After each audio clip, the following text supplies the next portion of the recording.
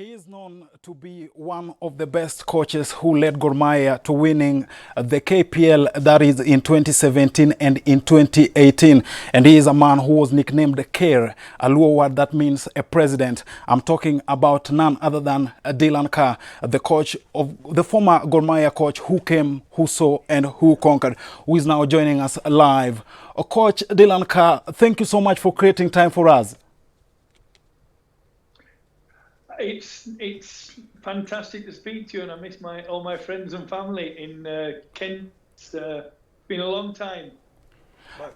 Thank you so much also for accepting our request, Coach. And now looking at everything right now, first and foremost, I would like to know, how are you doing? How is your family doing? You lead a new team in South Africa, the Baroka FC. How is the whole team doing, and how is the bigger family, your bigger family in UK doing at this time? Well, you know, obviously you didn't know that my mum passed away last year. She was really ill, but she was supposed to die. You know, she was supposed to.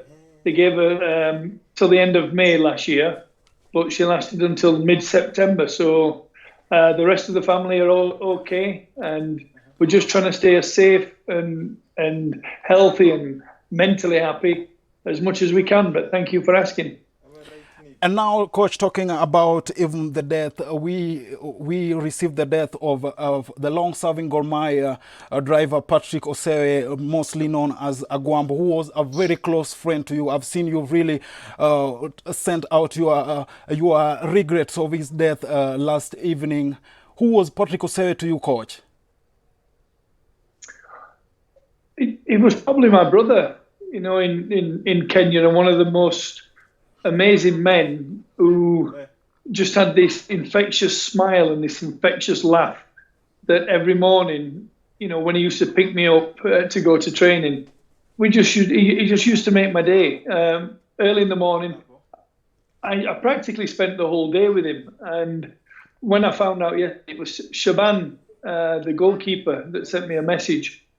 And I was devastated because I'd not long spoken to Patrick.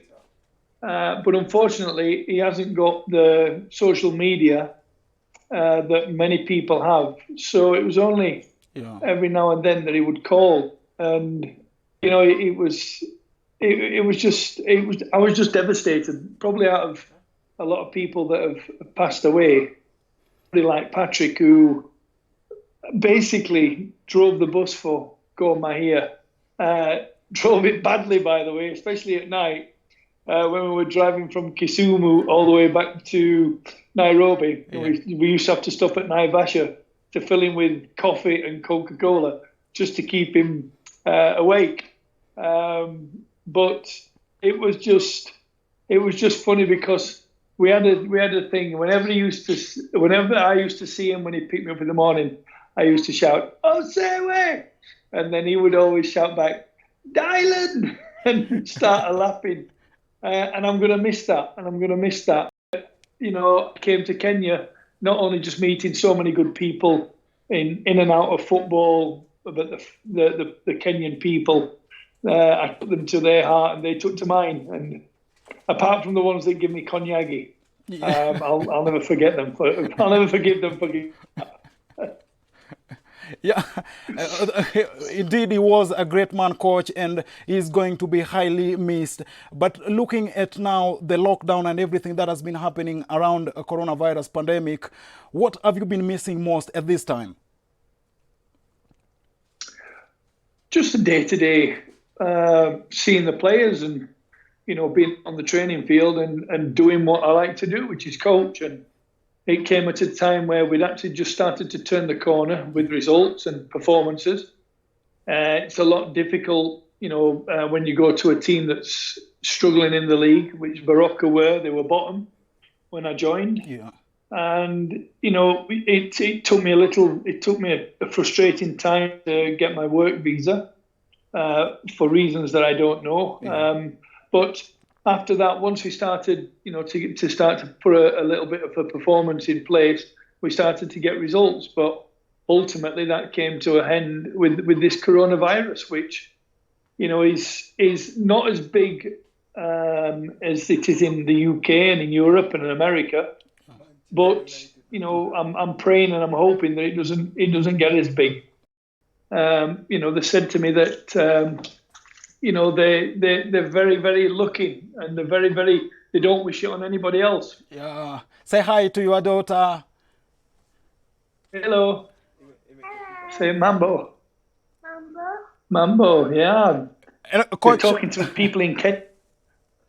Yeah, and coach, now looking at your career in East Africa, you are at Simba at a certain point, and then you came to Kenya, guiding Gor Mahia to winning the 2017 and 2018 KPL trophy.